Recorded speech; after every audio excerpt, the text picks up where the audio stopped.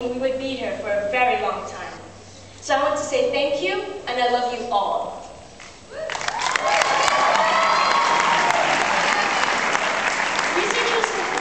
Researchers have found that people with the strongest network of good friends live longer than those with the fewest close friends.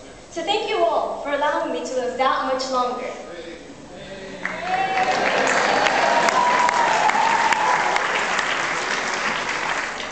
Some of you are probably glad to finally leave, but KES will always be a part to us. We are graduating today as confident young adults, and we should all thank Kuwait English School, in particular the higher management, Mr. Al-Saddaq, the school chairman, Madam Naila, Madam Rula, and Mr. and Mrs. Mahmoud, for giving us the key to our future success.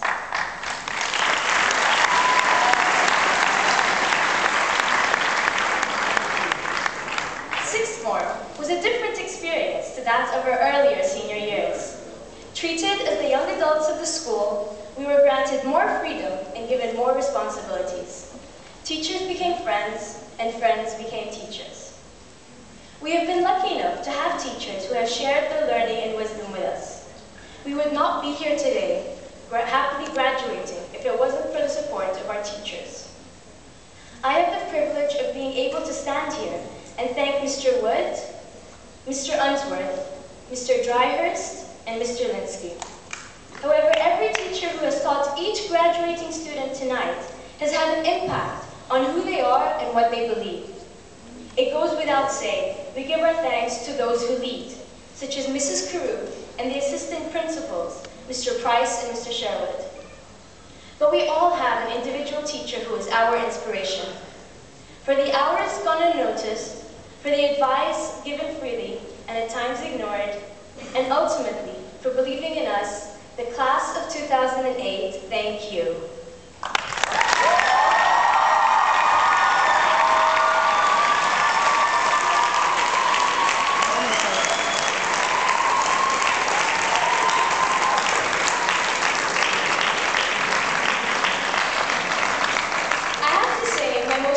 Memories were in the sixth form classes. And of course, who else would create these memories other than the students themselves? Besides the haunting demand to return our certificates to Cambridge, the business class enjoyed the year with Cowther's amusing debates and Degan's know-it-all moments. And who can forget chemistry with Wacko Waleed and the suspiciously unanimous wrong answers in every chemistry homework?